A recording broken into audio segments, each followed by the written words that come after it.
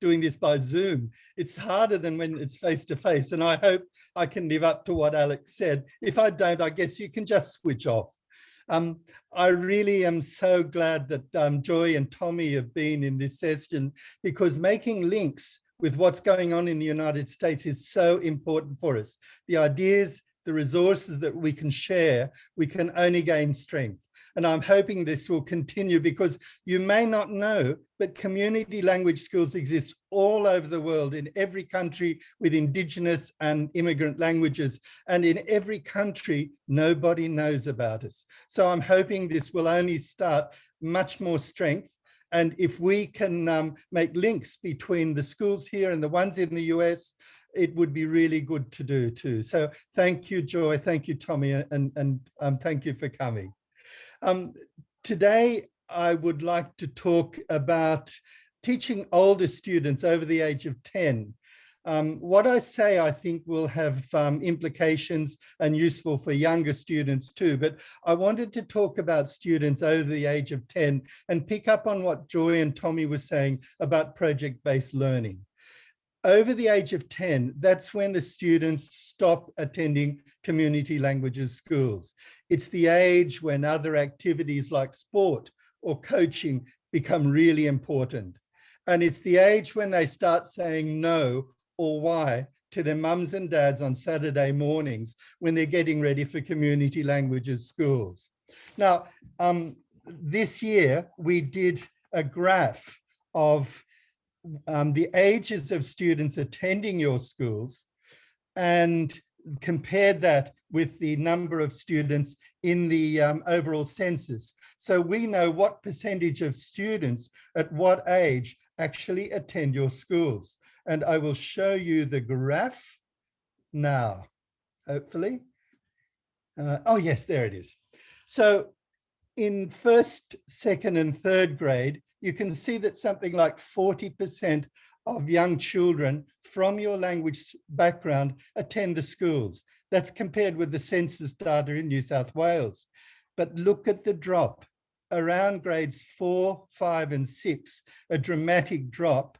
And when it gets to secondary school, under 10% of students of your background attend your schools.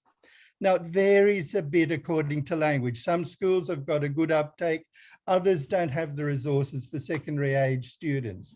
But I wanted to look at this issue of the older students today, because to me, that's a really, really important area.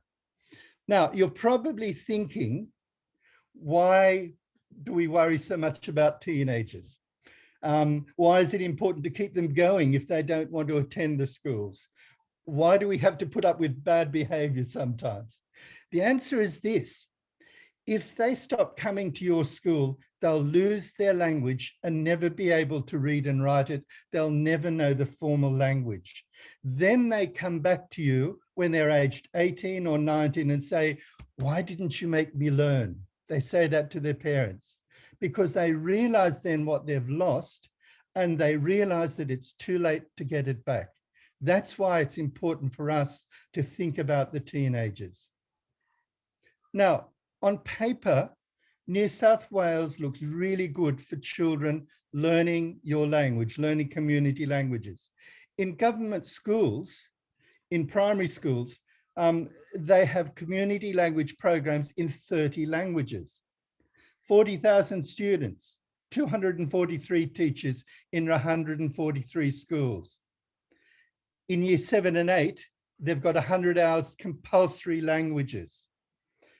For the year 10, they've got something like 32 languages syllabuses, and you can do the HSC in about that many languages and then go on to university to study.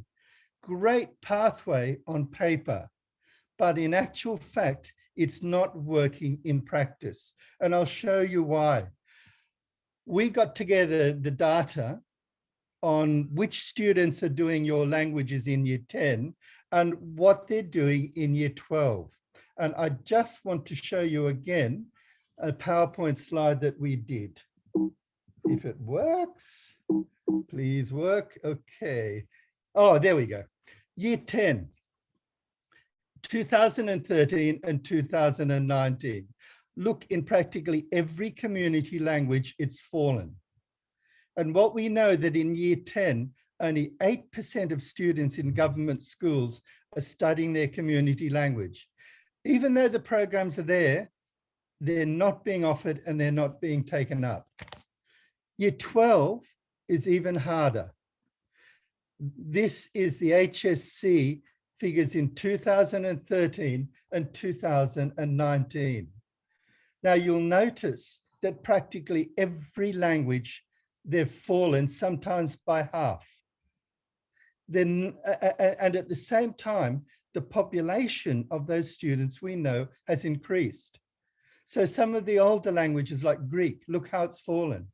But even in newer languages like Persian, Tamil, the numbers have also fallen. New South Wales, I'm sorry to say, has the lowest provision and uptake of all states in Australia.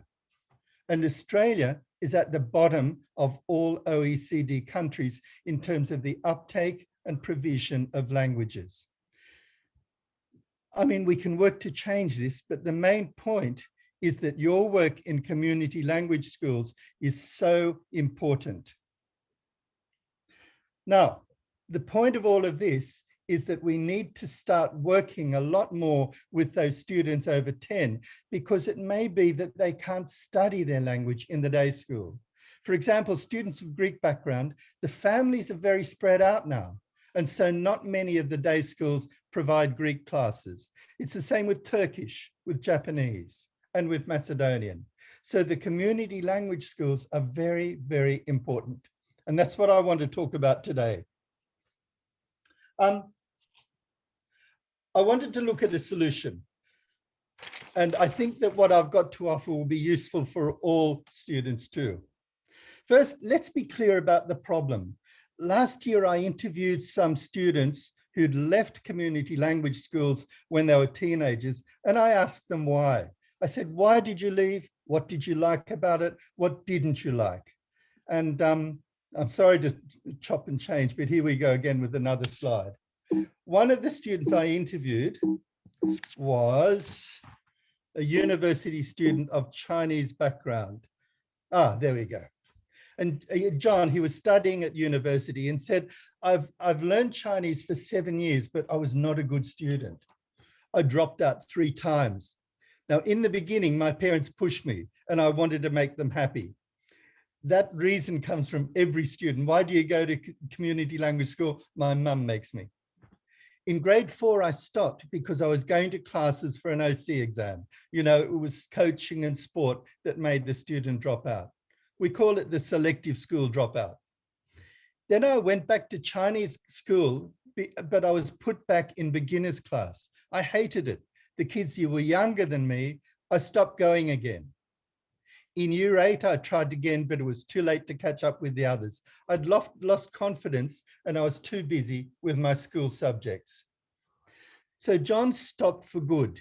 He liked going to the community language school when he had good teachers and learned about culture, history, and other topics.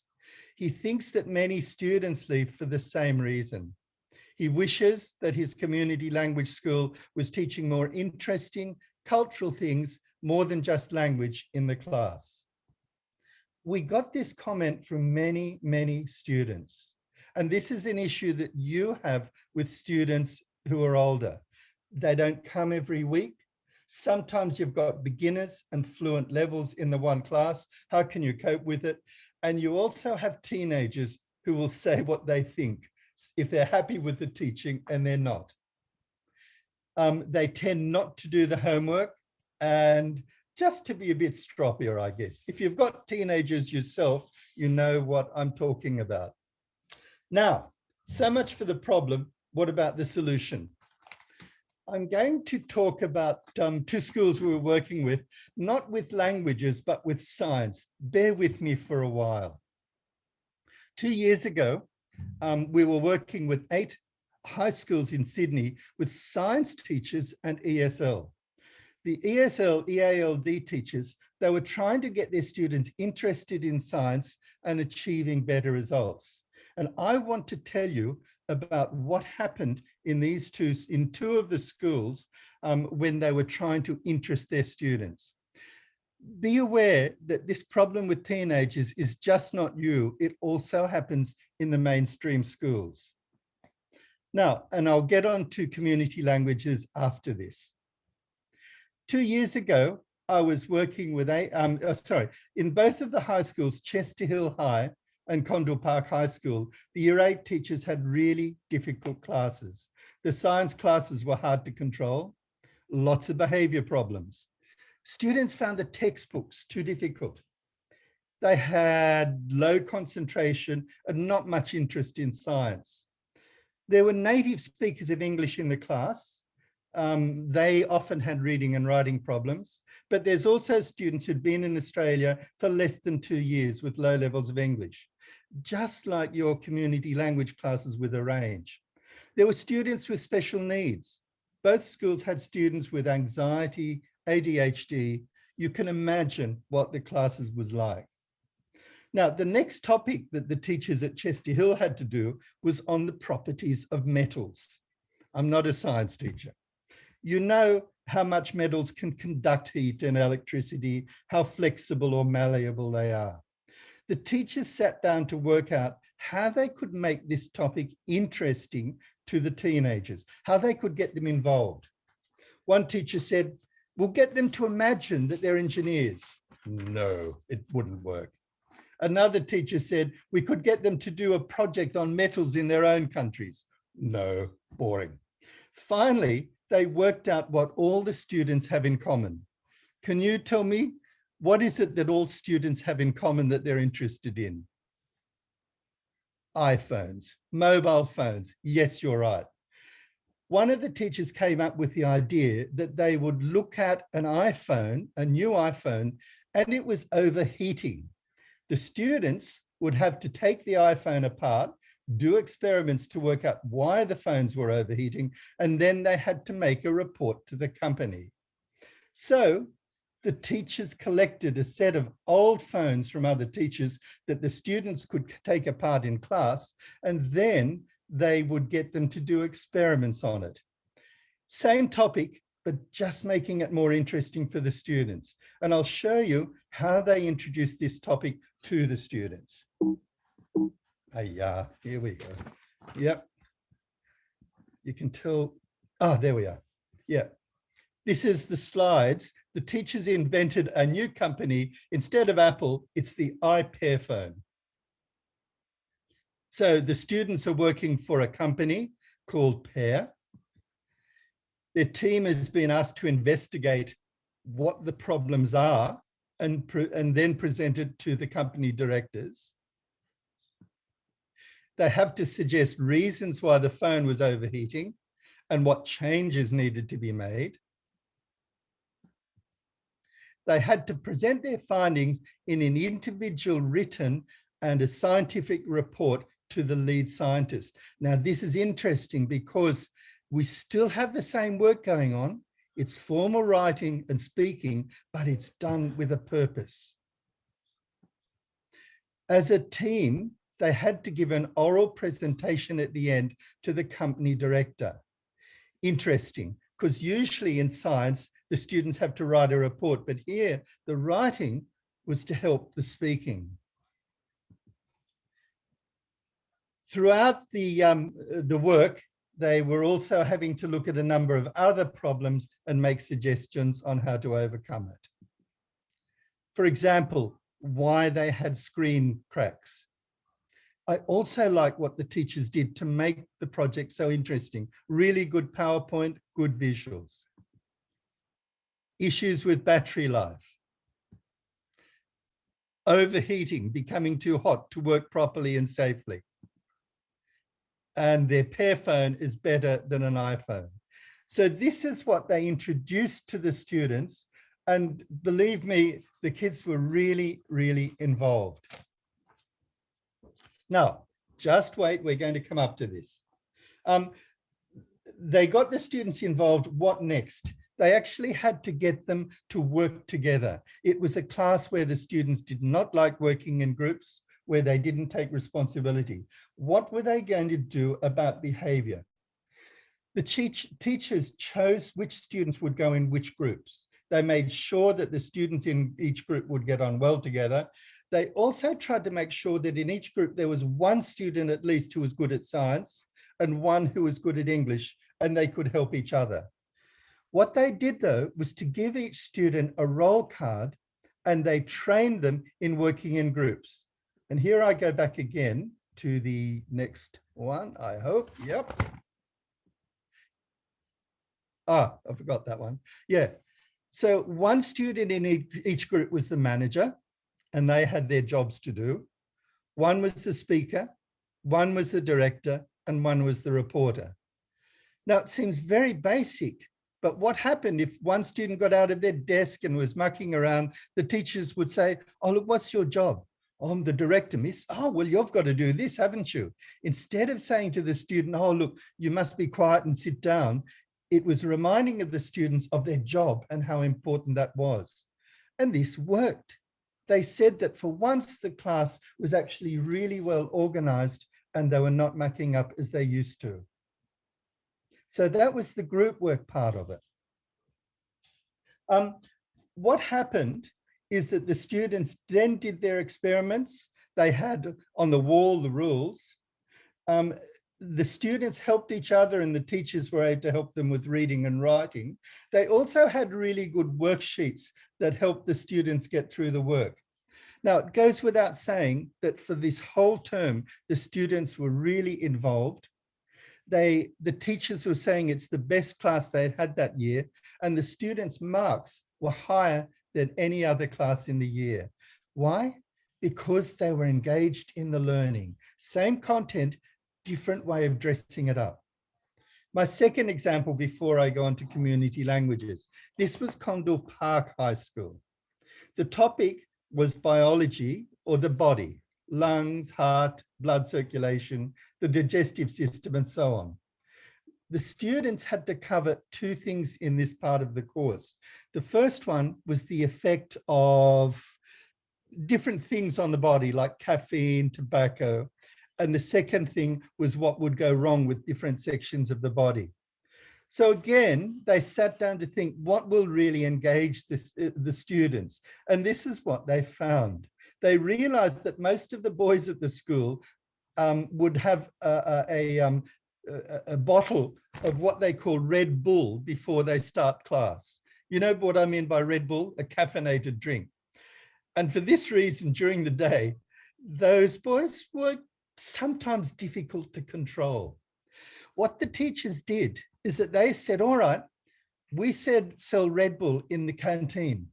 Should we do this or not? Let's look at science experiments on what happens when you drink Red Bull, how it affects your learning, everything like that. Now, at the beginning, all of the kids said, oh yeah, Red Bull's good, it keeps you awake, it keeps you awake. But what they then did is that they looked on the web at science experiments, the effect of caffeine on your liver, on your heart. And at the end of those experiments, the students then presented to the principal saying that Red Bull is not really good for your health. We must stop selling it in the canteen. And so the school stopped. The students were actually controlling their learning and doing the research themselves on the web. The second thing they sat down to work out was the systems of the body and diseases and illnesses. And the teachers started to discuss how can this be related to the students?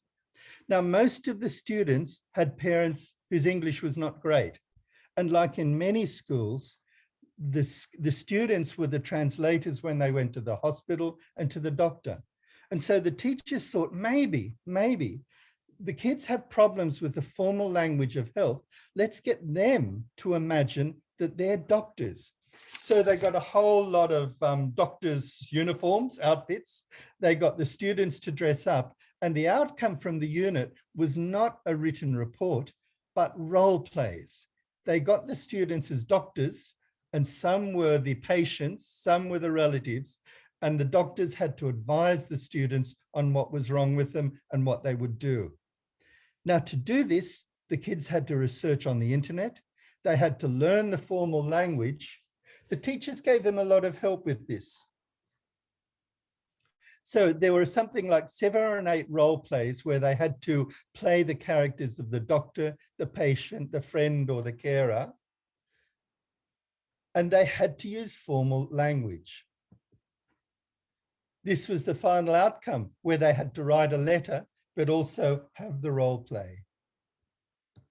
Students were given role play cards like this. They gave them examples of what to say, and they also gave them about the illnesses and the parts of the body. The students who were not so good copied exactly what was written. The good students could make up their own conversations and keep going. But what was interesting is that they all used the formal, the proper language. Allergic, medications, all of the words, the vocabulary that they found difficult. Why did it work? Because they wanted to speak like doctors. This is what made them learn the vocabulary. The last example I'm going to tell you comes from a Cambodian school. Now, at this school, practically none of the students spoke Cambodian, Khmer. They were 2nd and 3rd generation. Their grandparents spoke it. Sometimes their mums or dads did, but at home, the language was very much English. So they said to the students, what would you like to research? What would you like to do? Then, and they thought of Angkor Wat, which is the ancient city in Cambodia, but these kids were Australian and brought up in Australia. So they said, let's compare the Opera House with Angkor Wat. And that became the project. They actually had to do a report with PowerPoint slides comparing Angkor Wat and the Sydney Opera House. Interesting. So first of all, the teachers got the students engaged in the topic. They were going to be the experts. They modeled what they had to do, showed them on the internet what they had to find. They gave them some worksheets. They got them working in groups of 2 and 3, and they modeled what they had to do. The next lesson, a 2-hour lesson, was getting them into groups to search the internet. They actually got the students to interview their parents. Now, this was interesting because sometimes the students had to use Khmer to interview their parents, whereas often they'd use only English. They used library books, and they also translated the information. I'll explain this one. Khmer is written in a different script to English, and the students could not read it. What happened is that when they found on the internet Khmer writing, some of the good students and teachers would tell them what the words were, and the students would write in English, in Roman letters next to it, what the word was. So it's almost like they translated the script into English type Khmer. They called it pinyin, because in Chinese, you have a Roman script there too. Now, a lot of you will be shocked with this, because if you teach an Indian language like Hindi or Tamil or Gujarati, you want the students to know the script. But what happened here is that the students started making up their own alphabetic script to help get into the original script. And it was a good way for them to learn the writing in that language because they wanted to learn it. Interesting. The next step was getting the information together. And at this stage, they were learning the vocabulary in Khmer. They were sharing the information with each other, and they were using more Khmer words. They started making up their own sentences because they had to present in Khmer. They were using worksheets to plan sentences, and they were just sharing their research information. The next lesson was very much copying, making up texts, practice, and writing their PowerPoint slides, because that's what they had to present. And the final stage was actually practicing. They just didn't do straight off. They went through it about 3 or 4 times in front of each other, rehearsing, recording themselves, reviewing, presenting them. And finally, they got the parents in to hear the final presentation. And do you know what the parents did? I'm sorry to say, but a lot of the parents cried. They burst into tears because it was the first time they'd heard their children speaking in Khmer. And these kids were confidently talking in Khmer in front of the parents, in front of the grandparents. And the parents were so impressed that they could do this, talking about the Opera House and about Angkor Wat. Okay. It's very interesting to me to see that work there, because it was a way to get kids who did not speak their language and didn't want to that much speaking in the community language. Now, I've told you about 3 examples so far, 2 in the mainstream school and 1 in the community language school. I know a lot of you are thinking, look, I do something like this, I do this, I do that. I'm not here to tell you, you know, to change things completely, because I know a lot of you do this with teenagers. But my question here is, what do these 3 projects have in common in terms of the end product, in terms of what the students do, in terms of speaking, reading, and writing, and in terms of technology? Can I ask you to jot down on your chat and maybe to tell the whole group what you think these 3 projects have in common? Can I stop now while you do a few things? Thank you, Pernilla. Their own research in independent learning. That's great. Can I have more comments? Okay, yeah. I like that comment about Nepalese too. Yeah, they use the English alphabet. Really interesting that in actual fact, English helps them get into your language. Oh, perfect. Group work, yeah, because it takes the pressure off you. Integrated skills, yep. Oh, yeah. Thank you, Sabina. Student-oriented, and Amanda, have a purpose. Yep. Iris, yes. Desire. Helen, that's really interesting. It allows them to be the boss. Yeah, because we always look on our students as sort of empty vessels, not having good language. But when they're in charge, that's great. Denise, I agree. It feels real. Yes. Yeah. Enjoying what they're learning. Yep. Yes, exactly. In a mixed ability. Yeah, they help each other. Really good. Cynthia, a challenge. Yeah. Student center, Francesca. Engaging students, Sari. Yeah.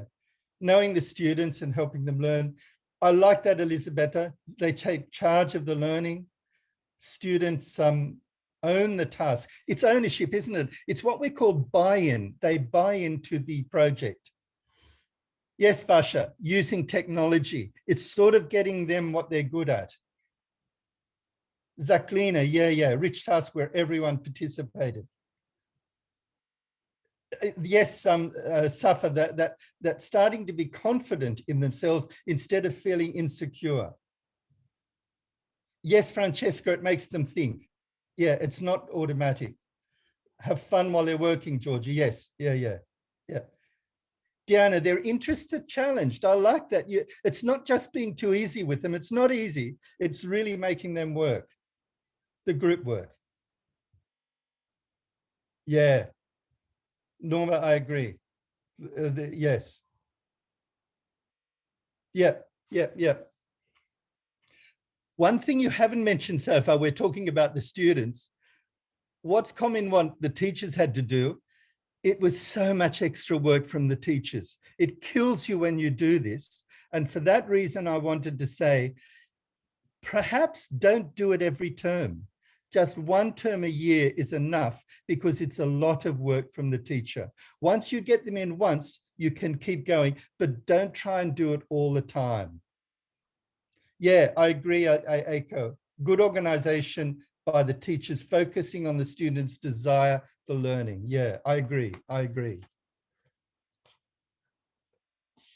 Okay, thanks, Tommy. Right on, I agree. Yeah, I'm not saying throw out what you've got, because we know that 80% of the schools use textbooks, and they're good textbooks. A lot of you develop your own. Don't throw them out.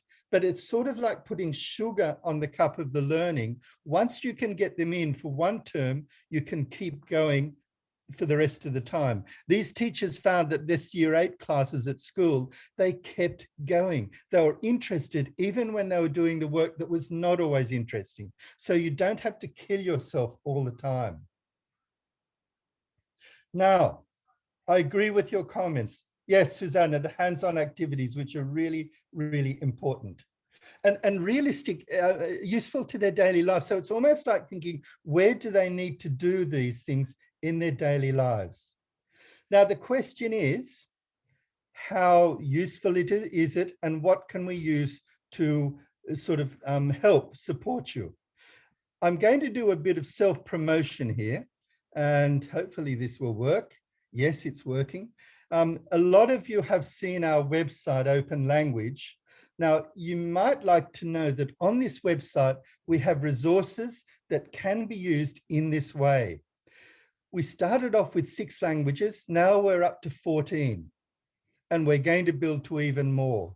So, for example, when you click on the website, we're getting about 1,500 to 2,000 hits a month on this website, including 30% from North America, which we're really happy about. But you look at the, say, the Greek. If you haven't come across the website so far, I hope this interests you. If you have, excuse me going through the same things. So you can see when you get to the Greek, it's talking about the environment and the heritage. When you hover over an activity, it will tell you in Greek who it's suitable for and what's in it. We've divided them into 3 levels: beginner, intermediate, and advanced. Now, of course, you may have a high school class where they're beginners. That's fine. You've got to use your common sense. Next to each resource, we've got an icon, and that tells you what sort of resource it is. Is it a textbook, a URL, a worksheet, games, pictures, a unit of work, storybook reader, student workbook, or performance? And you can also see when there's something new up. Now, I'm going to show you, I hope, if I can work. Oh, yeah. Maybe to look at some units of work, examples, because all of the languages have units of work. I know Mala's out there today, so I'll go to Hindi. And in Hindi, when you look at culture and celebrations, you can see a whole range of topics there. You go down beginners, and we get to some units of work. So, for example, here's something on My Kitchen Rules. The reason I like this, okay, yeah, all right, come on. Oh, I'm hoping it's going to work. All right, okay, it goes up there. Let's try it. Yeah, this is for year 3, younger kids, and it's based on My Kitchen Rules on the television. Now, let's have a look at the outcome, what the students have to do at the end. Very interesting. Students choose a traditional Indian dish, research the ingredients and the recipe, then they rehearse it, they write their script, and to the class and the parents, they have to talk about the dish in Hindi, discuss the procedure, and they're also going to video themselves cooking the dish. So they're actually coming out of this, year 3 kids, with a video of them describing how to cook and make an Indian dish. And you can see on this unit of work all the ways to build up to it. They're going to read texts in Hindi. They're going to learn the vocabulary. They've got a reason for it. The names of the cooking equipment. They're going to learn how to read recipes and how to write them in Hindi.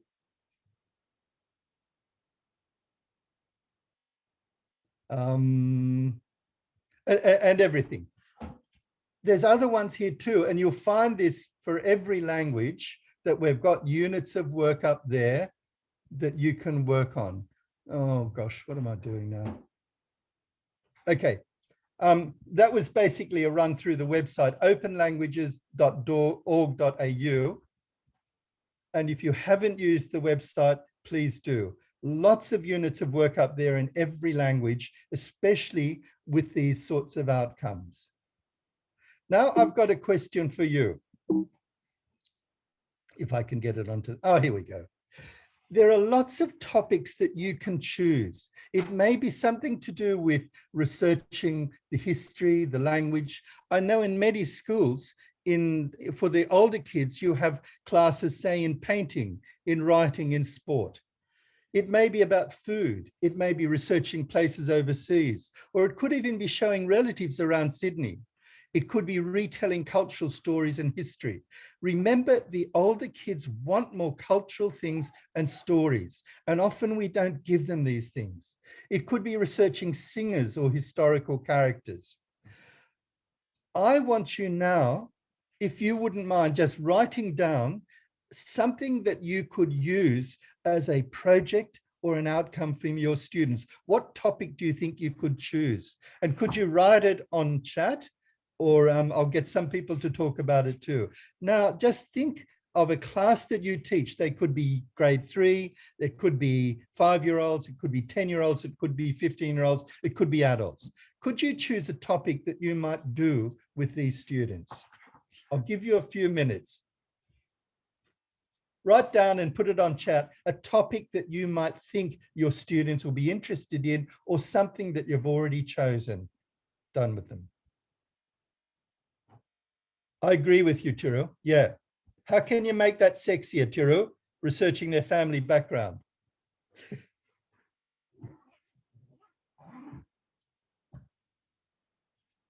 Yep. Tom, yes, food. Food for any age, I agree.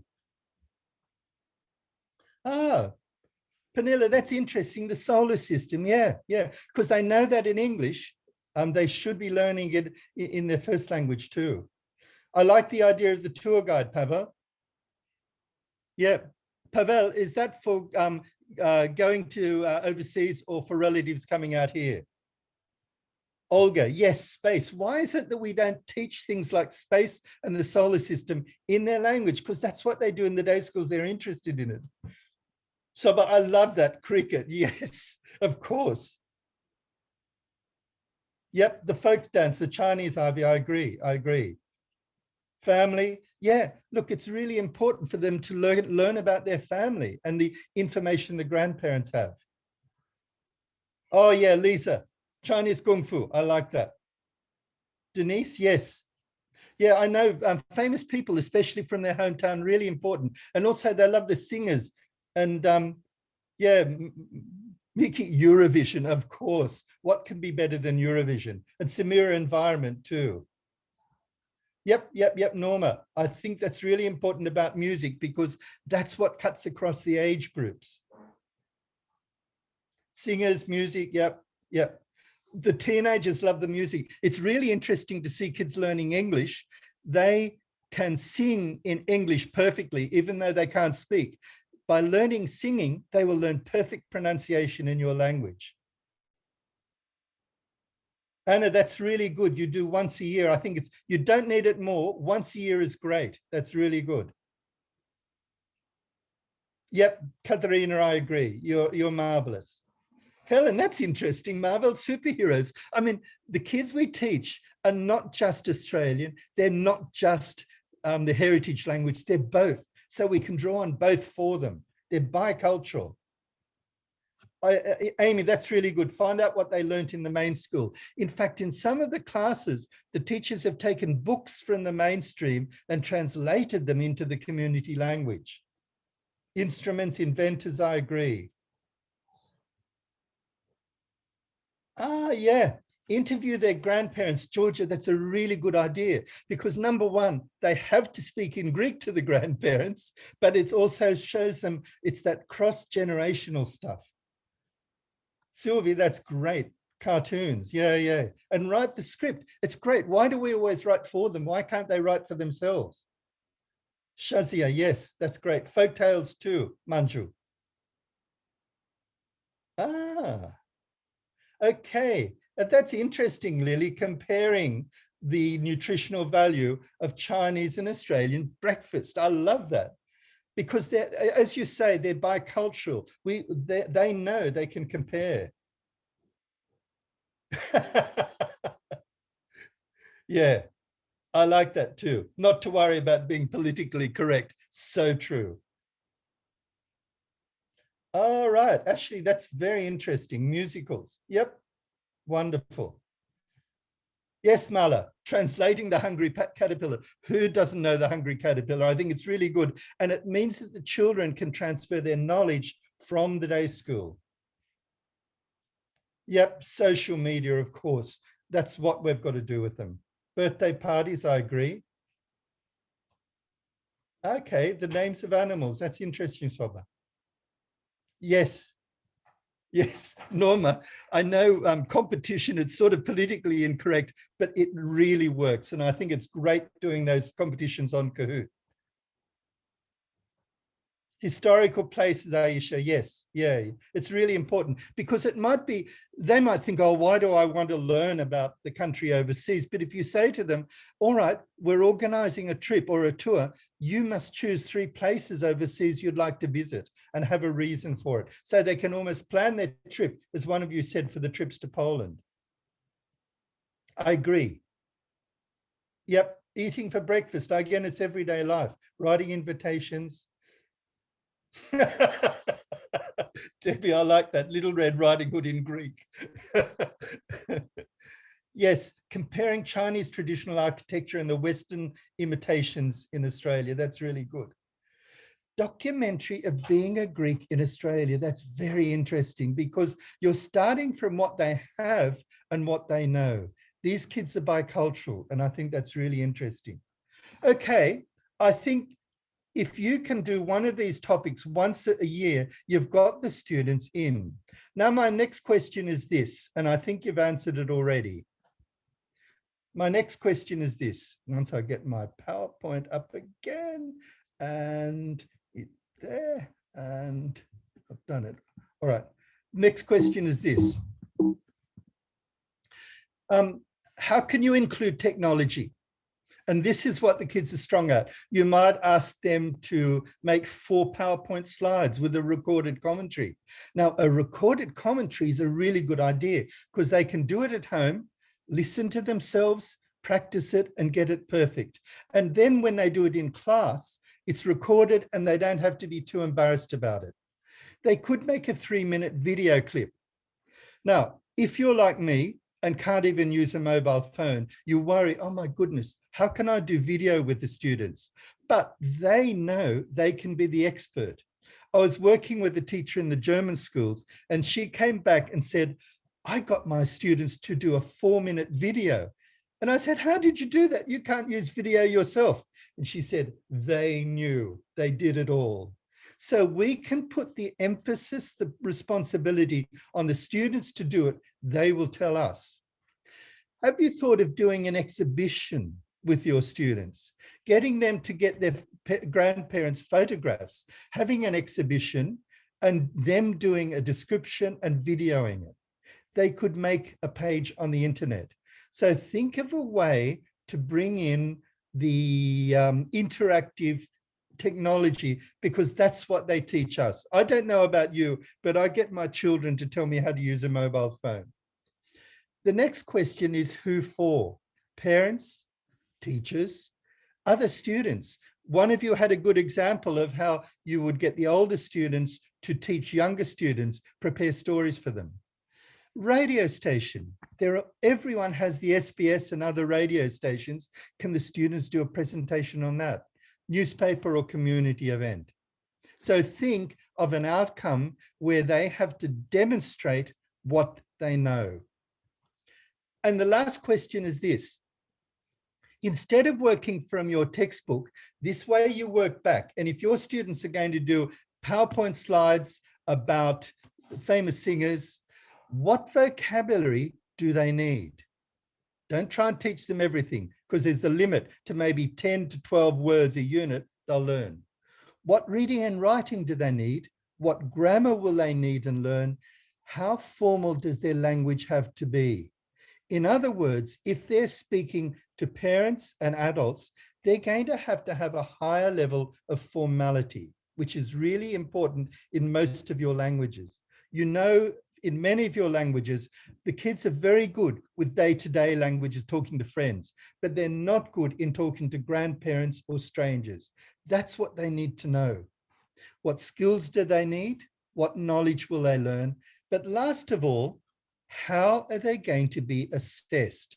Because you want them to know if they can do it or not. Now, I've always found a good idea with students when you're having an outcome is to do it yourself and to do it badly. You stand up in front of the class and you give them a talk and you read it and you make mistakes and you forget to look at them, and then you drop your papers and you say to them, what's a good talk and what's a bad presentation? They will tell you, and that's how you assess them. They will say things like, oh, you've got to make eye contact. You've got to make it, you've got to be formal, you've got to be polite, you can't use bad words, and so on. So really, what we've done in this session is to go through what we call rich tasks. It's really to start with an outcome and to work backwards on what the students need to do. It's a real life task. It's how students need to achieve something. And it's all, oh, I didn't mean all of these slides. It's called backward mapping too. So basically a rich task, which we've just gone through, it's problem-based and the students need to think. There's an end product, and that's for an audience broader than the teacher, and it's got relevance beyond the classroom. It relates to the real world, and for the students, it's open-ended and authentic. It makes students show what they learned. Sometimes I don't think we expect enough from our students. We've got to get them to show what they learned, and then they can feel confident in it. And it teaches them to work in a group, which is really important. In the long run too, it takes off the amount of work that you have to do. So I'm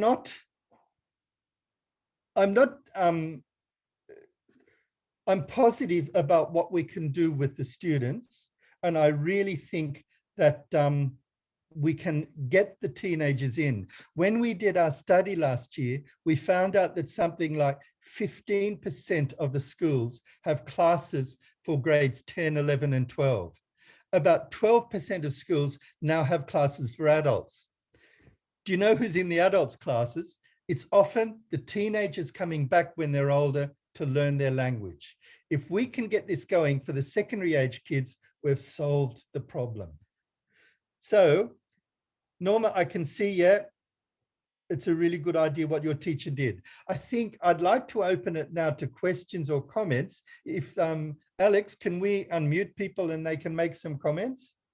Yes, we can. I'll do that in just a second. Marla, that's interesting. You've got classes from 4 to 18 and adults. I agree. It's really important. We've got to get the range. And what we've got to look at is to get some government funding for these students too. Absolutely. Mm. Do you want to tell everyone about your older classes and your adults?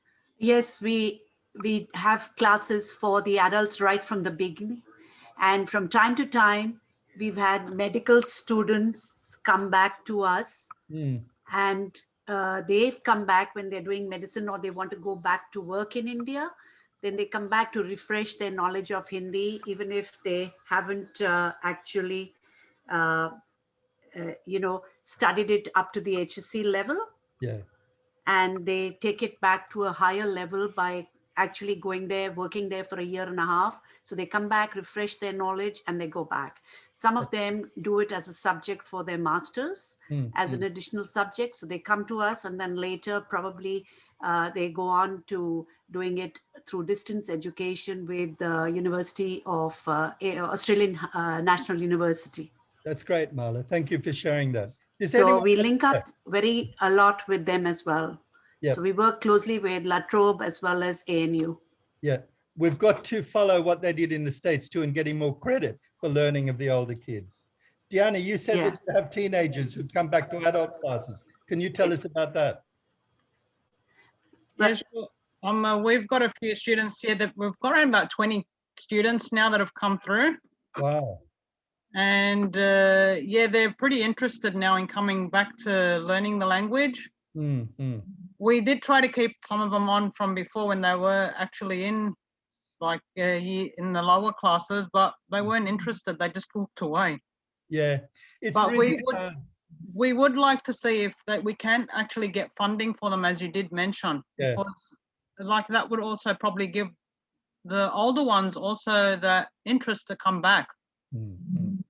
That's good, yeah. It's between the ages of 10 and 16, it's so hard. But the thing is that they come back to you later and say, why didn't you make me? Why didn't you make me? So if we can just convince them to stay a bit longer, I think it will work. The word will get out. Sorry, this is Amanda speaking. Hi, Amanda. Yeah, it's for the Chinese students because it's a lot happened because the accuracy was so intense, and we only count the base of the 10 units. And then because they actually, if they use that, they actually choose the heritage, I'm still making them to be a disadvantage. So a lot of them actually, because the accuracy, they have to drop because they have to use their time very efficient. So in this case, I mean, we can't really detain them until they actually finish all their uni study, whatever. Then they just the same thing, like similar with other languages as well. I think that's why they come back, because they realize how important the language is. But at that stage with the high school, because the goal is not for that in the future usage, is for the accuracy exam. So if the accuracy exam is always like that, you know, never change, which is we're going to lose the high school student, definitely. That's why I'm really ashamed, because if they continue, their language skill would be much, much better. But because they lose the kind of the golden ages to learn, so when they become an adult, that actually is harder for them to learn. That's why I feel it's such shameful. Yeah. But I think it's wonderful, Amanda, that you keep your door open for the students to come back, because they should not be ashamed. They should always have a chance to learn their language. I went to the Thai school last year, and there they had classes for the adults, Australian husbands who'd married Thai women. They had classes for teenagers who'd come back to learning. We just need to expand so that we can include them and that people are proud to learn their language no matter what level they're at. Thanks, Amanda, for that. Hi, Ken. Yeah. Oops. Please. Yeah. Thank you, Ken. Yanaki, and then I'll ask Malav again. Yeah. Sorry, my dog is barking. Hi, Ken. I just want to share an experience just I had with my students recently. I'm coming back to teaching after 15 years. While doing online classes, I heard the smoke alarm going. So I asked my student what's happening at home. So he said, Mom is doing some cooking with some green vegetable. He couldn't say it in my language. So I gave him an assignment of asking Mom about that particular green vegetable, how they say it in my language. Then he started to, I didn't expect this, he started to interview his parents about green vegetables. And I was really surprised. He posted it as a video assignment. And I got so interested, and I said, why don't you interview your friends and your grandparents, everyone, about what that green vegetable, and then extend this homework to other names of the green vegetable in my language. And it's a huge success. I just want to share it with everybody, how it is interrelated with teachers and students' interest, how the project can go bigger and bigger into. Now it is a huge success. He's doing it with all his friends. And not only about vegetables, it extended about culture and sculpture and everything. Thanks. That's lovely. Thank you, Janaki. You can see I'm smiling. Mali, you go next, and then Denise. Yes, I just wanted to add one more point, with the adults. As you said, we do have mixed marriages and parents want to learn the languages, so they do come in. Sometimes I have a family of 4 learning Hindi. But the other thing is that we are also trying to now go a step forward and encourage our students who finish the HSC to go ahead and sit for the NATI exam, because there's a huge demand for interpreters and translators, and there's a huge database with Multicultural New South Wales, and they have been offering young students to come forward and do who have actually done the NATI. That's great. And also there's the public service allowance for people who are bilingual, and the narrative Absolutely. really helps. That's great. Absolutely. Yeah. So there are a lot of advantages for languages, but I wish these were advertised within schools. Yes. So that they can encourage high school students in particular to take up a language. Yes. Yeah. Thank you, Marla. Denise? Yeah, hi, Dr. Ken. Just a question. I need like some clarification about grouping the student in the classroom. So what's the best way? Is according to their age, to their level, to the stage? Because sometimes what happened in our school, we have older students, they come, they beginners, they don't know any of the language, and they can't like join the age group, the same age group. So here we have a problem. So to open many classes, different classes, so it's a bit costly. So what's the best way you can advise us so to cope with this problem? That's $1 million question. I'd love people to comment on that. But to me, if you've got a small school, you've got to have them try and have them by their age, even with different levels. Because if you've got younger brothers with older siblings, they get embarrassed. You know, so often it's better by their age, but that means you've got beginners with fluent. It makes it really hard. It's almost like with one group, you're running 3 lessons. What do other people think about how to group them if you've got age and level of fluency differences? I'll just jump in here. Like if I can. Yeah, please, Maggie. All right, yeah. Hi, like we have our school is only operate on Saturday, and then we have like about 400 students. So like we divided the students like according to the age as the #1 priority. But we do realize it's like some students, they may like up to 10 years old, and then they never like learn the Chinese language. So it is impossible we put them with the kindy student. So we try to like have the like the junior class and the middle class and the senior class, and then we pull those students into a special class. So we will have a special program. The class teachers will focus to enhance their capability to bring them up within the 2 years time period. And then up to the certain level, we will put them back into the main class. Yeah, that's a really good idea. Yeah. I think I will record all of these comments and we'll get them back to you, which is good. I just want to add one thing too that Mum just mentioned from the Thai school. It's funny because it was awful during COVID, but we had such really interesting things happen when you were teaching online. A lot of the teachers said that the parents started joining in the lessons. So the kid would be learning online. The kid would turn around and say, "Oh, Mum, what's this word?" So the parents joined in the lessons. They realized, #1, what a good job you do as teachers. But #2, it made the language learning part of the home.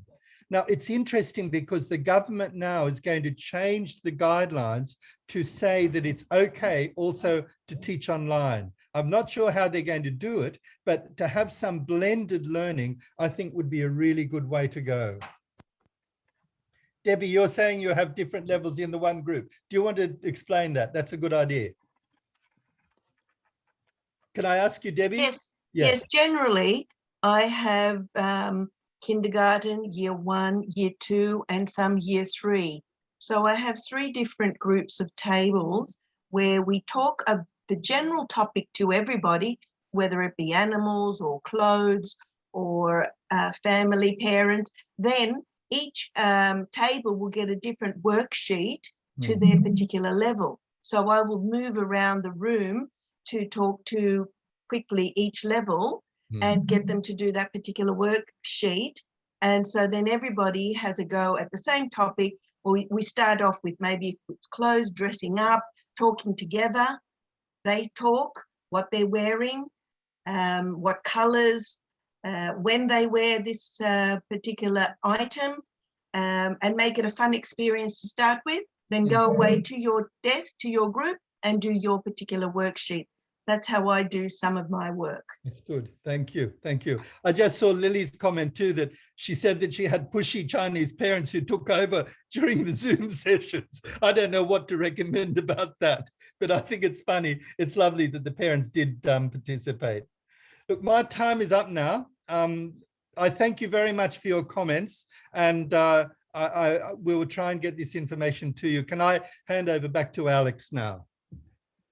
Alex and Lucia, Ken. So thank you, Ken. That was amazing. Very informative, very beneficial, and I think the fact that everybody got involved reflects just how informative the session was. So thank you again, Ken. Thank you again to Joy and to Tommy for your time.